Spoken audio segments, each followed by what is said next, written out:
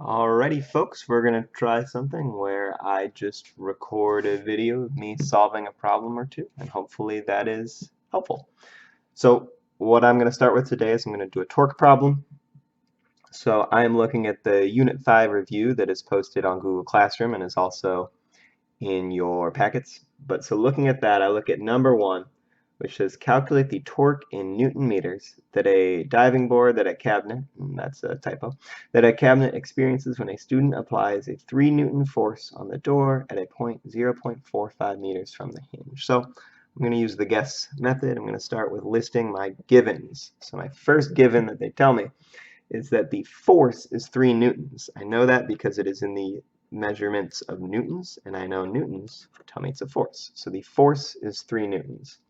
My second given that they tell me is that the point is 0.45 meters away from the hinge.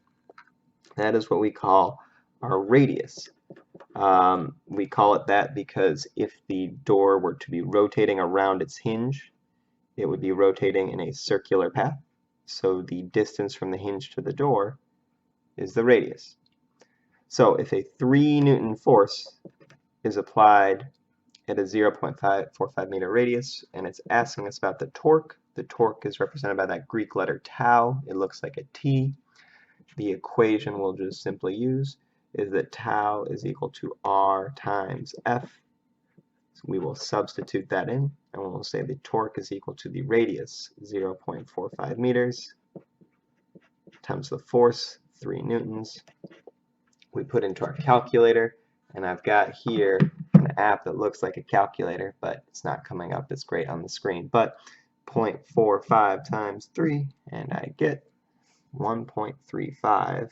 We'll call that solve. 1.35 Newton meters is the torque.